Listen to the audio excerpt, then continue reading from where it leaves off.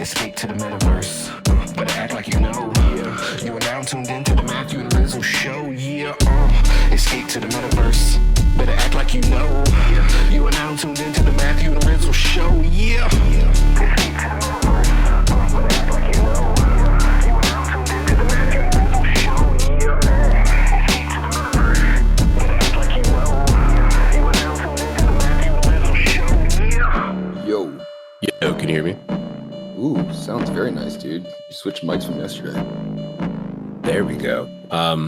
No, I'm just like leaning closer to it. All right, well, I mean, whatever you're doing works well. Dude, we got to do that Gitcoin grand stack. That's like teed up for us.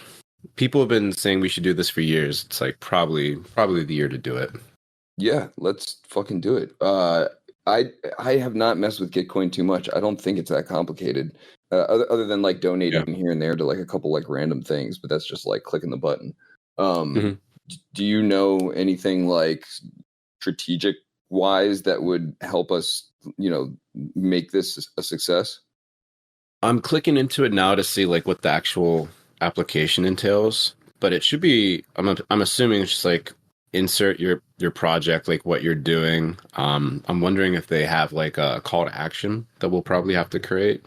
But yeah, we can, before like I submit anything, we can sync on all those details to make sure everything's covered. Yeah, but wouldn't expect anything to be too crazy.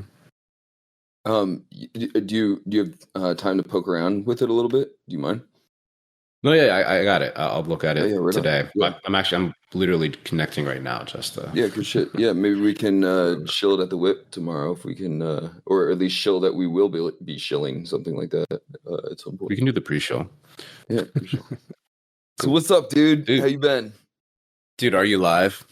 I am, dude. I feel very alive. I have felt very alive. But if we were to have recorded last week, I would not have sounded very alive. My voice was like completely fucked. From Rizzlefest, from screaming and having a good time and yelling at people. So I mean, I did it to myself, but it took me a while to sound like myself again. But I feel great, dude. How you doing?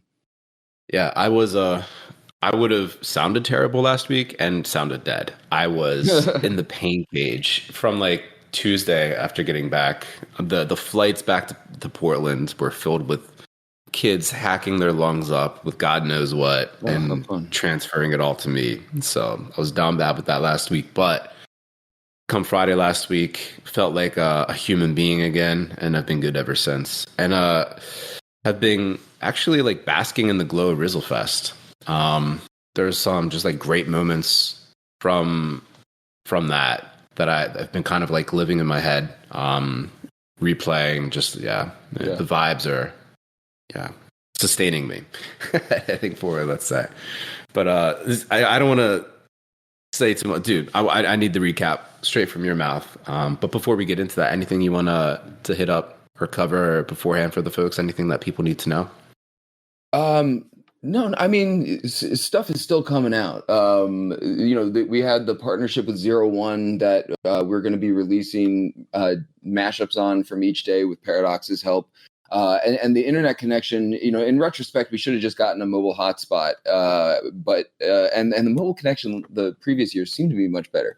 But anyway, man, there were some lessons learned in terms of how we could have streamlined some of the things a little bit better. But it actually worked out all right because a lot of people didn't want to be like fucking around with their phones the whole time they were there anyway. So the fact that the internet was sort of on the fritz, I think ended up being okay and not really harming anything. But there's like a bunch of shit to come out. I still have to give people their Rizzlefest ticket NFTs, from the event. We got some stuff, coming out on the Rizzlefest side of things. Brooke Hawk is distributing prizes. The Hyperfies, going to judge the 3D scans, and so there's a bunch of stuff happening still on the back end and still to be coming out. And the momentum is there, dude. We're been meeting with the team almost nonstop since the event, and just trying to sort of figure out what the hell happened and where to go from here. And the general consensus from everybody who was there, and including the people who planned it, was that we we're done. The first one was an experiment. The second one was like sort of an experiment built off the first experiment. And now we're just sort of like, knowing that we could pull something off like that and continue to level it up. Just seems like we got to keep going and doing the thing, man. And it felt good, man. It felt good, and it felt different, and it felt like we accomplished the thing that I really wanted to accomplish. If you remember from like our previous conversations, man, talking about like the Cyber Brokers event at NFT NYC and like Coldie's karaoke and like, how difficult it is to gather a bunch of the big brains in the industry and like get them all in one place. And it was an extra day this year compared to last year. And man, like being able to kick it with 30 people who I genuinely respect, who I all had a connection with like one way or another, but not everybody did. And Kane was actually on a Twitter Spaces that I just stumbled upon, like sort of talking about that, how like, everyone there either knew each other or knew someone who knew them and was like connected in some type of way. And it fucking really felt like a community for a few days, like out in the wilderness, people fucking pitching in and helping out when they see, there's help. Everyone fucking turning out for all the events, whether they were like particularly, there's some random shit, right? There's like Easy's knife throwing. There was like Dragonade's parkour contest and things that aren't, inherently Web3 or related to the Web3 community. But the vibe there was good, man. And, everyone turned out for all of these things and was either just fucking having a good time, like cheering people on or participating. There's a lot of fucking good, like actual, like Web3 conversations going on, like throughout the whole thing, but they weren't like structured and planned or with an agenda. And I feel like we did it, man. I feel like we did a really good job of like creating the space for people to come and kick it with their peers in an alternative environment, but with the big brains and without a strict agenda of we need to accomplish this task for work, or we need to raise this amount of money, or we need to like fucking get this project launched. It was more just like, it felt like a think tank in the woods, basically, with a lot of fucking weird shit going on in the periphery or right in front of you, depending on where you were. I just gotta say, it was awesome to have it catered this year. Dude, it was great. And then barbecue day with the smoker that was brought out and just smoking good meat all day, and that made a huge difference. Hell yeah, dude! One of the many like upgrades from last year that I was just like, oh man, this is good. And that barbecue, those ribs are so good. Fall off the bone for dinner on Saturday. That was sensational. Dude, that was all Sky Bravo. And dude, and I agree, man. If there was one thing, there were two things I really wanted to get right after the first one. The one thing was there was nothing wrong, but the food situation was definitely like something I wanted to stick the landing with, because everything else sort of like falls in place around meal times. And so having the meal time sort of like haphazard last year, I mean, the schedule was sort of off, which means everything gets pushed around and it was difficult to communicate with everybody.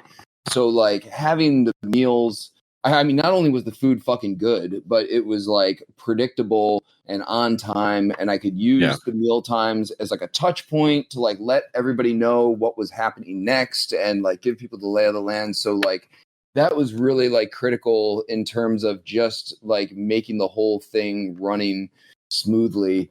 And dude, and Sky, like, that was all like local mom and pop, like, local to Nashville food.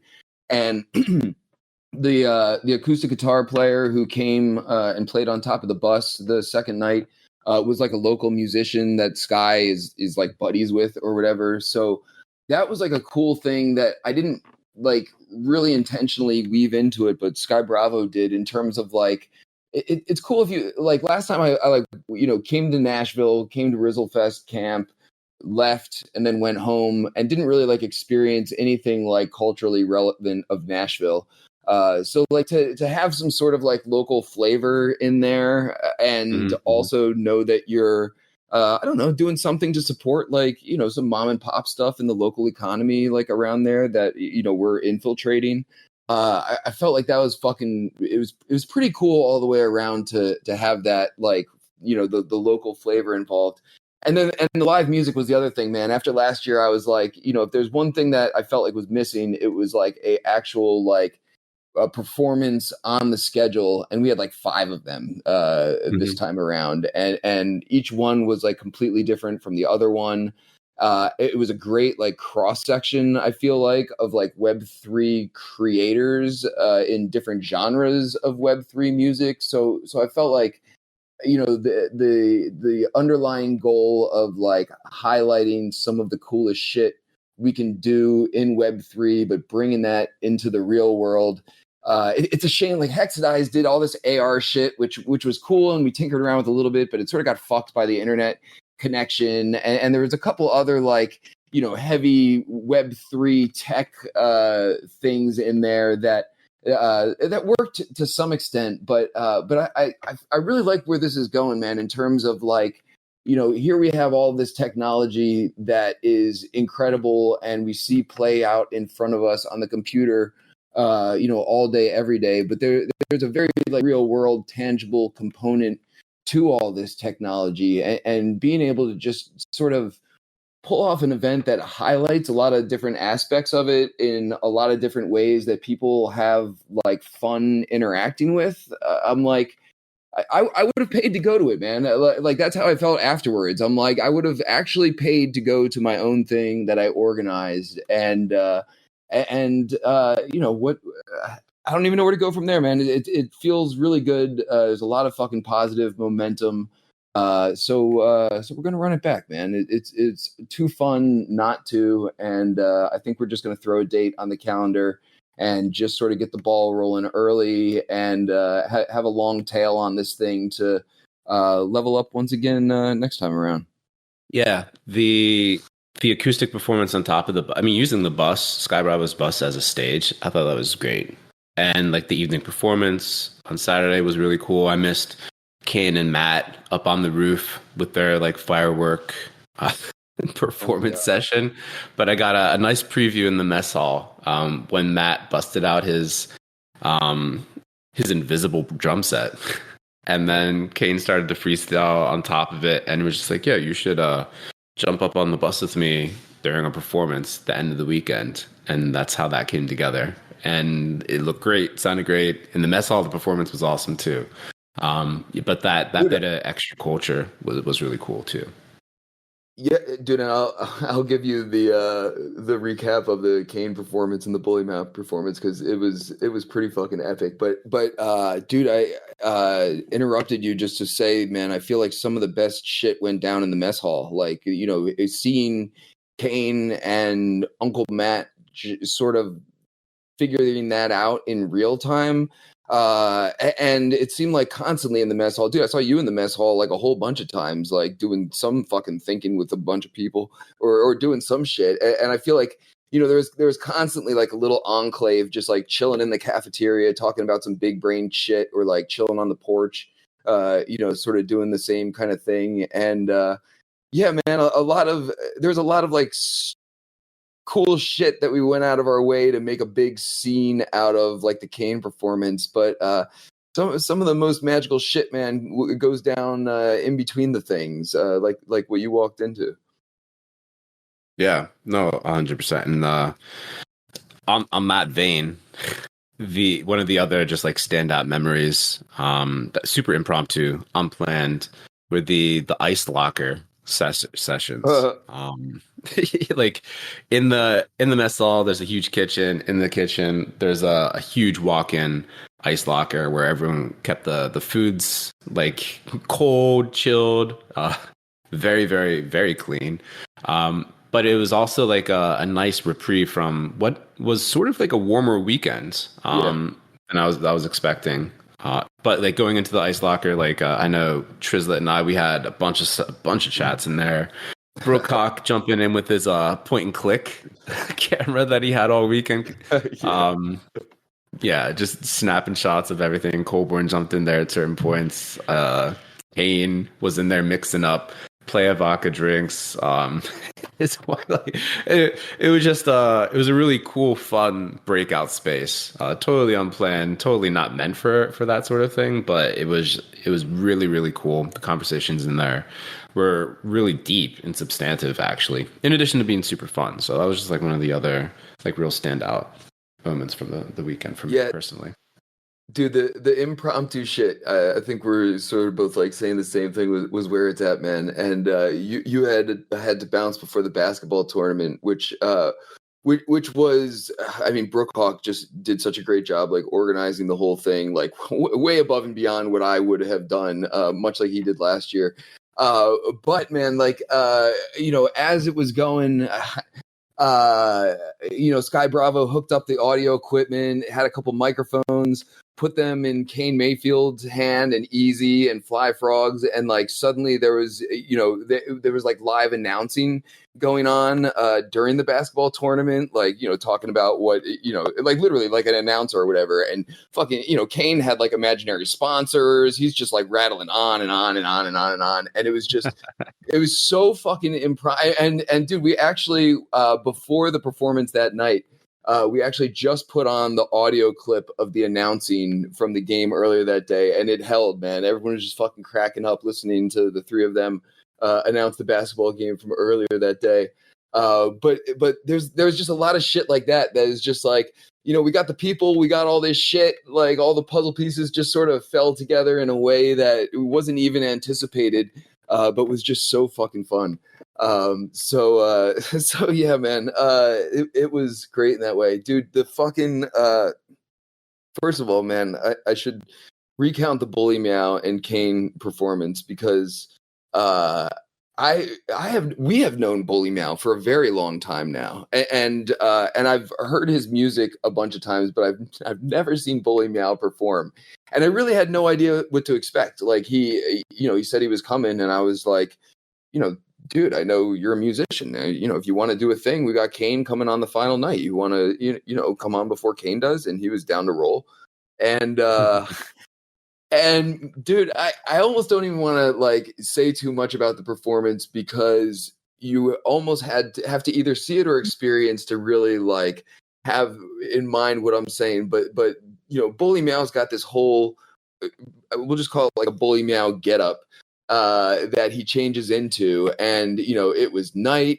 We had like the psychedelic lights going on the bus, and we got the music cranking, and he's like leaning out the bus window, like it was like performance art, like on top of a musical performance. And I don't think I'm pretty confident that nobody knew what Bully Meow was going to do until it actually happened. And it was just sort of one of those things, man, where it was just like, in the spirit of like, hey, everybody come and do your thing, whether it's, performance art or throwing knives or, parkour or whatever, just sort of do it. And it was fucking awesome, man. So Bully Meow wraps up. And so he's like in the bus, and then it's time for like Kane to get on top of the bus. And we had done the run through. So like Sky Bravo's poor friend who came out to play for us, who crushed Alec. I can't recall his last name, but he was really, really good. And it looked dope, man. We had like some fucking mood lighting on the tree, like the sun was going down and shit. And the poor guy's getting like fucking covered in spiders, right, from the from the tree above him. And was like, I'm gonna play one more song, but I gotta get down because of the spiders. And Kane was like, yeah, I'm not gonna do the part with the spiders, which wasn't the plan anyway. So we pulled the bus out onto the basketball court for like proper stage. And Kane has been drinking and hops up on top of the bus and fucking fire going on around them. And Kane takes a big slug out of the bottle of vodka that Tim had brought. And it was at that moment that I was like, something could like probably go like tragically wrong here if if we're not like really careful, and Kane actually overheard me. I was like muttering to Brookhawk. I was like, "Oh my god, this is gonna be so epic, but please don't let Kane fall off the bus. Just please don't let Kane fall off the bus." And Kane is like bantering with me. He's like, "I hear you, Rizzle. I'm not falling off the bus. I'm a professional. Like, don't fucking worry. I got this." And dude, it was just so cool, man. Like same sentiment of we got a bunch of puzzle pieces and they just came together. You know, the original plan was Kane brought all of his backing music and was going to run through his album Dust, you know, basically from start to finish, with all the backing music and everything. And, you know, we had the sound system all set up and it was going to be dope. But it was a last minute pivot once he saw Uncle Matt with these invisible drums. And Sky Bravo was like, you know, Kane, you know, I don't know, you are sure you want to do that? You know, we're all set up. I want to make sure we maximize, you know, your, you know, thing here that you're here to do while you're here to do it. And Kane was just like, yeah, don't worry. I got this. And, you know, it was sick, man. It was like true improv that like came together earlier that day or 36 hours earlier or whatever, that manifested itself on the top of a bus with fireworks and, you know, all this shit and everything. And it was just a fucking really cool moment. And I was also extremely relieved once we finally got those fuckers off the bus. I'm like, next time around, we probably need to, you know, do a little bit more safeguarding than people signing a waiver. But, you know, we managed to pull it off. Yeah, it was fun. TLDR, there's a whole lot of fun that was had there. Yeah. Anything from your perspective in terms of like, again, from last year, huge level ups across the board, but for the future, like anything from the event, from the weekend that you're thinking about how to improve or anything like that? Yeah, I mean, in terms of like event logistics and shit, there's like there was some that like fell through the cracks. Like we like the Rizzlefest team wasn't anticipating being the cleanup crew. You know, right before we got to the camp, it was something that got sort of confused or whatever. You know, we made it work. And there's some stuff like that you know is sort of streamlining information, leading into it a little bit better. Was able to make it work because, you know, almost everyone there is a friend, and I'm in DMs with them anyway, kind of thing. So there's like there's some logistical things that, in retrospect, would definitely like to streamline and like level up, just to, and I think it would enhance people's experience. But for the most part, I feel like we got the basic shit down like pretty good in terms of lining up good food, lining up a good experience for people. The location is dope. I don't know if you made it out on the canoes, but we had like full reign of the canoes this year, which was really fucking cool in the evening. Like almost every night, a bunch of people were out in the canoes. So I really like, I think we stuck the landing pretty well with the big picture shit. And now knowing we can do that, we can easily refine the little picture shit. But dude, I feel like my biggest takeaway is that there is a desire and a need for this sort of blank space for people to come together that have these, you know, these shared interests and dreams and visions about Web3 and what they want to do with it. And so many of us are on like structured, you know, calls, and everything has an agenda and there's a purpose for every single thing we show up for. And Kane had actually articulated it pretty well. You know, he goes to these conferences, much like we all do. And, you know, a lot of times they're fun, but they're work, and you're there for a reason and a purpose and a goal. And if you don't come home, you know, having accomplished that goal, it doesn't feel right, or you know, it feels like you got to get back out there and do it again. So I feel like I feel like we did something important, man, in terms of having a place like that where there isn't an agenda. There's not work for you to do beyond pitching in and helping out and having a fun time with people outside of with the same people, but like way outside of the environment we're all used to interacting in. So I don't know, man, across the board, and I know I felt it myself, man. I feel like a lot of people like really deepen their connections with their peers within the industry, and also people they hadn't gotten a chance to know very well prior to this. And if there's anything I learned from the last one, man, it's that those connections last, and P2P connections in this space are generally few and far between, and so being able to cultivate those in a very positive way feels really fucking good, man. Yeah, no, that checks out with me. Yeah, the lodging is probably like the last place to yeah, I don't know, just improve, I guess, into the next year. But again, it's rough and dirty. Most people are outside of the sleeping quarters for the most part during the event anyway. But also, just like little note, like that time of year, like beginning of October, I guess we all found out that that's when the chestnuts or walnuts like to fall off from like the 100-foot trees surrounding the lake. It sounds like a fucking bomb going off like every 30 minutes. Yes, it's like it was like the Bastogne episode from Band of Brothers, is how I like to phrase it. It was memorable. I remember I bunked with Cam, and we were just like, "What the fuck was that?" And it was just like boom, boom.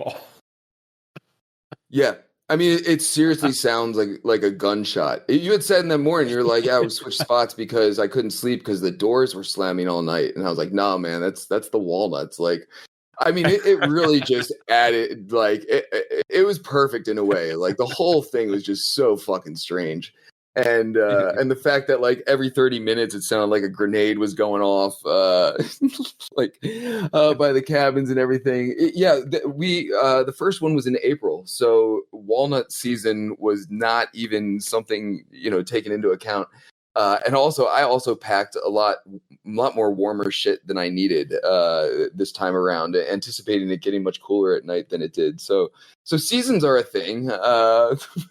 Out about that a little bit, but after a while you tune the walnuts out. By the end, I was fucking sitting there with Kane at we had the Decentraland Creator Station, and Sky Bravo had done some like impromptu art class, and it was actually really fun, man. I made the first piece of physical art I've made since probably like middle school, which is not an easy thing for me to I don't know. I need to. It's not easy for me to just fucking sit down and make physical art. So Sky managed to pull it out of me. But anyway, man, by the end, everyone was just so numb to like the walnuts and the acorns. It was just fucking sitting there painting shit. Kane's sitting across from me, and acorn falls directly in his beer. Like, we didn't know what it was at first, and he just looks at it and just drinks the beer. Fucking puts the acorn in his piece of art. It's like just part of the whole experience at this point. Classic. Shit was wild. That's hilarious. Yeah. Shout out Sky Bravo. Just doing so much throughout the weekend. We had an impromptu firewood gathering session when the firewood was running a little bit low on Saturday night. And then I saw like many other processions into the forest, folks pilgrimaging to try to find the firewood. So it was cool. It was really special.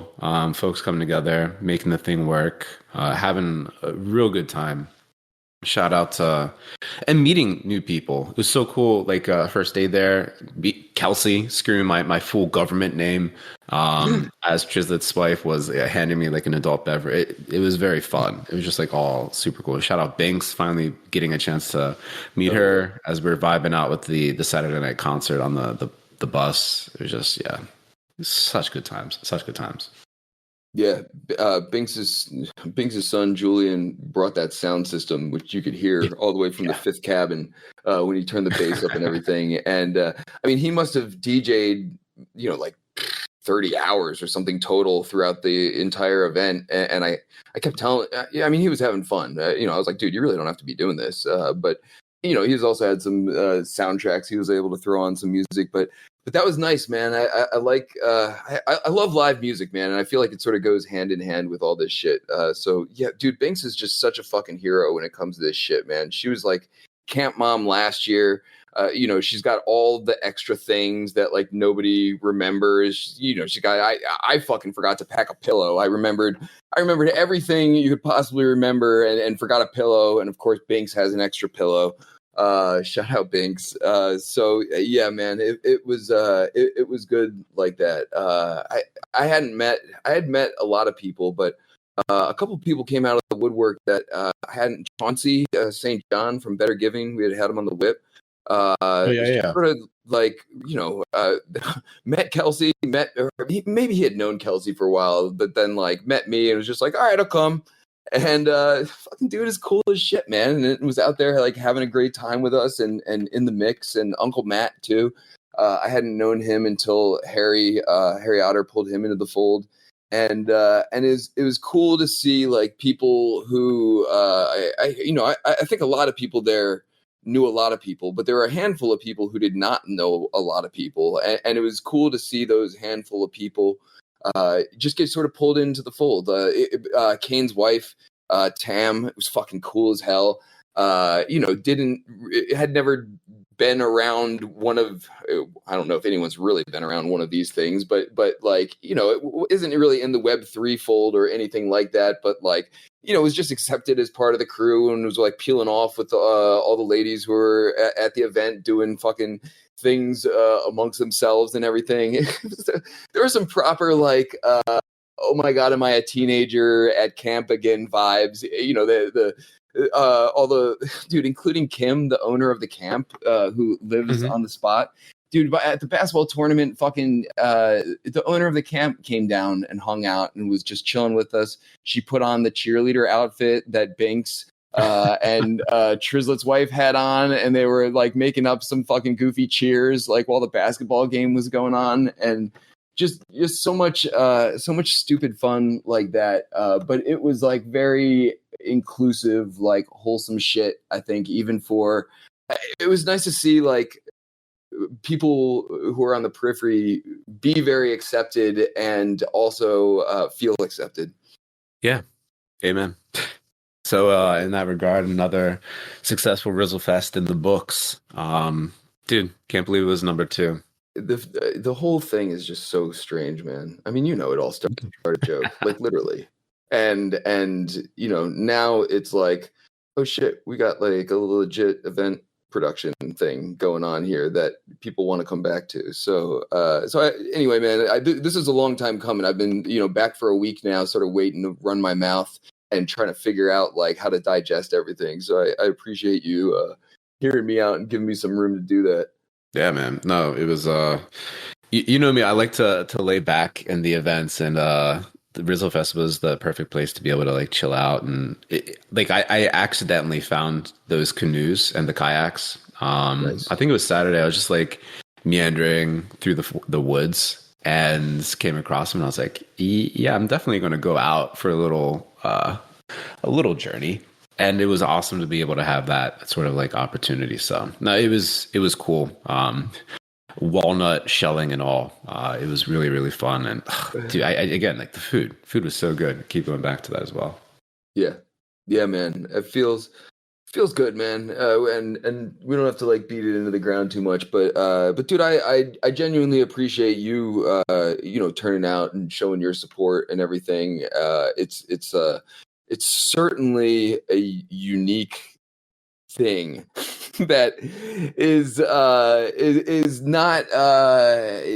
not for everybody, but I think it's a good thing, and it has its place in the context of all this. And I think I finally figured it out, man. Like in terms of like what the point of it all is, and I think it is very much in line with the point of the things we've always been doing, man, in terms of the podcast and the whip. And I feel like, Rizzlefest has presented itself as like a really good opportunity to highlight the coolest shit out here in a different way now. We've got sort of like a few arms in terms of, how to do this in a way that we're very passionate about. But that's sort of been like the common thread through a lot of the stuff that you and I have been involved in.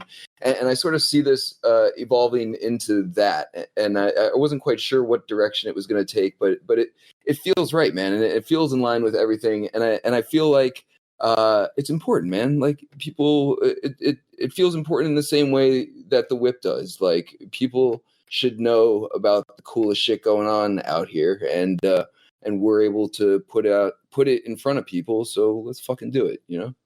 Boom. There we go. Want to hit folks with what to expect at the Day of the Dead whip tomorrow? Yeah, man. Should be good. I don't. This is one of the ones where I've like purposely stayed in the dark a little bit, but this should be a cool one, man. Because a while ago I put out a public service announcement, and still out there. And if there's anyone out there basically doing cool shit across the Web3 metaverse that we haven't come across or haven't come across in a while, it's like, hit us up so we can come do cool shit with you. Our audience loves cool shit. So anyway, man, VJ Deliria, who I had never come across before, or if I did, it was fleeting, hit me up, or someone put me in contact with them. And they've been doing a Day of the Dead metaverse series event for several years now. And it's fucking cool, man. I purposely didn't dig too deep into it because I genuinely like showing up for the whip and being, surprised of what's going to happen kind of thing. But I'm excited, and they've got an event, a Day of the Dead event going on that we're sort of going to get a teaser for, and an explanation of what's going on, and we're going to take a little bit of a field trip and everything.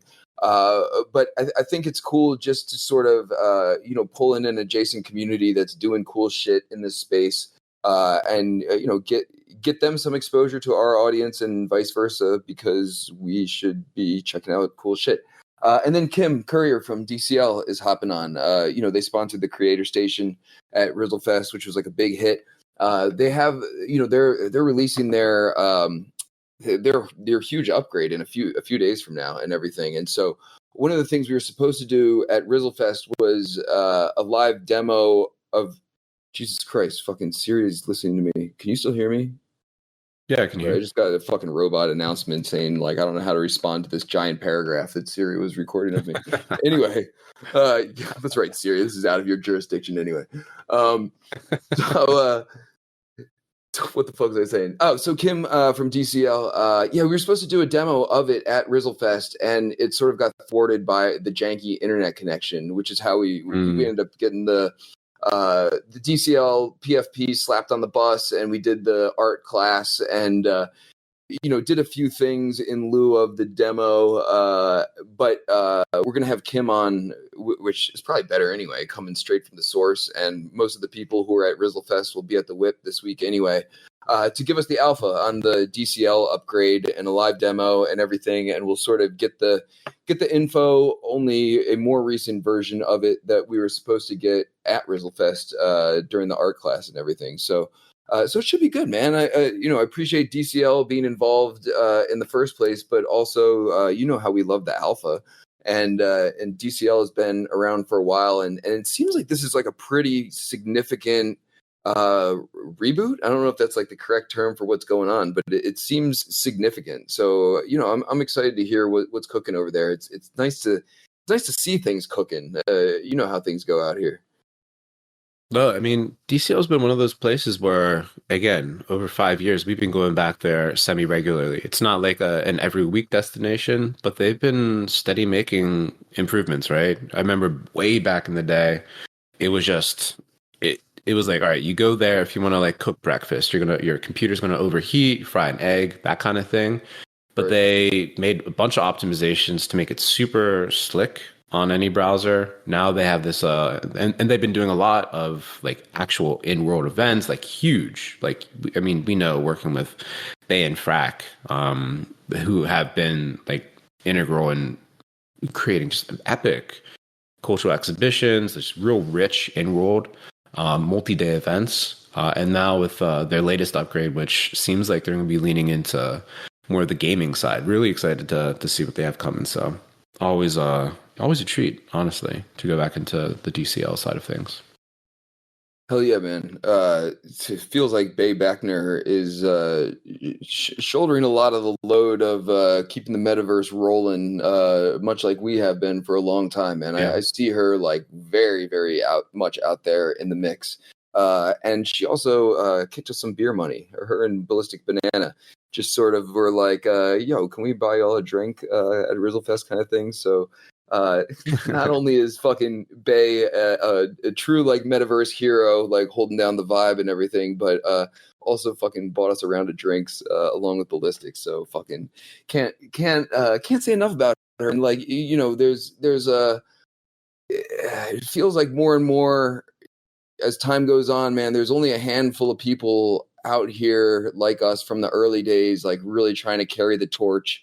And we've mentioned them a lot of times in recent podcasts and everything. And Bay is one of those, man. I really appreciate her influence on the space in general, man. I don't think it would be what it is present day without her.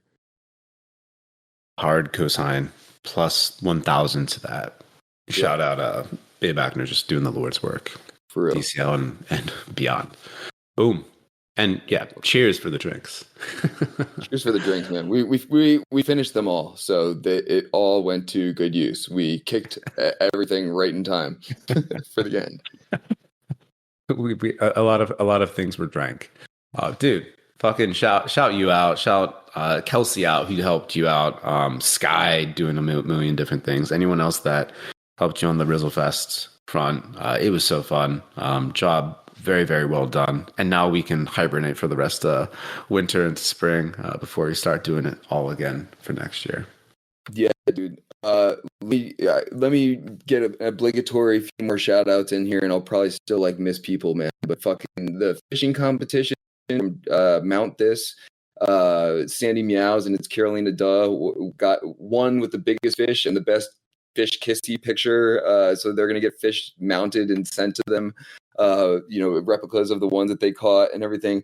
Fucking fly frogs, man. The fly frog building event was like so fun. And dude, I just fucking love Josh so much, man. I can't say enough about him and just how supportive he's been of everything that I've been involved in. And he did all the fucking graphics and logos and all the fucking all the art shit for Rizzlefest, on top of just fucking coming and being a fun dude and having a good time and bringing a bunch of frog parts. Let's see, is there anyone else I didn't mention? Fucking Living 202, Billy and Jerry, man, they brought the coffee and the guidebooks and everything that everyone got. Both of those things very, very much appreciated. Nifty Island, shout out Charles, man, hooked us up with all the water bottles for everybody. Let's see, anyone else I get? Fucking Leo Dagachi sent all this art for a scavenger hunt that got in a lot of people's hands, but the internet connection was sort of fucked, and so but that's an ongoing thing. So check out the Discord, the Rizzlefest Discord. If you aren't in it, hit me up for a invite. Untitled XYZ, I still have to hit them up. They contributed some prizes for the Hyperfy 3D scanning competition. I'm sourcing those things and sorting out the prizes for that now. Hexadized did a bunch of AR shit. I think I mentioned it earlier that it was sick, man. And I think it's going to be there for the next Rizzlefest too. So we need to get a fucking mobile hotspot up in there and not have that problem again. Let's see, Trizlet, man, Trizlet. And Cliff, who wasn't able to be there, Cliff Esquire and the Tech Trials team, which I think is also Ronan the Collector, WG Meets. And I don't know if Harry Otter is actually on it or just like knows a lot about everything. But they put together a really fun group challenge, which is cool because everyone was sort of like forced to, squat up and work together. And fucking Lost Local from Avagachi and Pixelcraft sent us a whole bunch of trucker hats, and it was a series of logistical hurdles to get those out there. And dude fucking, really came through and pushed that shit through at the last minute. And they all showed up, man, like a shitload of them. And so it was a lot of that, man. There's more people who did things and participated in things. Fucking Easy making like a French toast breakfast, community French toast breakfast with everyone. Fucking Jack's Hideaway, like, rolling up with a whole bunch of vodka for everybody in his gigantic RV with his dog and everything. There's a lot of there's a lot of official participants and people who contributed, but almost everyone who came contributed in one way or another, even if it was just fucking showing up and having a great time and you know, sort of contributing to the vibe of the whole thing. So so that's all the shout outs that I'm going to get through. I probably missed someone, so please forgive me, whoever you are. I did my best. Boom. Perfect place to wrap it up. Do shout out Jack's Hideaway in the Oh fuck yeah. Hell yeah. Listening to us. Dragonate's mom, Dragonate, fresh back from his trip into Portland. We linked up for a little steak dinner. So that was awesome. Dude. Awesome job again, man. Dragonate's mom. I made sure we sent some swag home with Dragonate for Dragonate's mom. So if you didn't get the swag, your son is hoarding it. Go get that shit. Boom. There we go. Awesome shit, brother. See you tomorrow. Hell yeah, dude. All right, dude. Have a good day.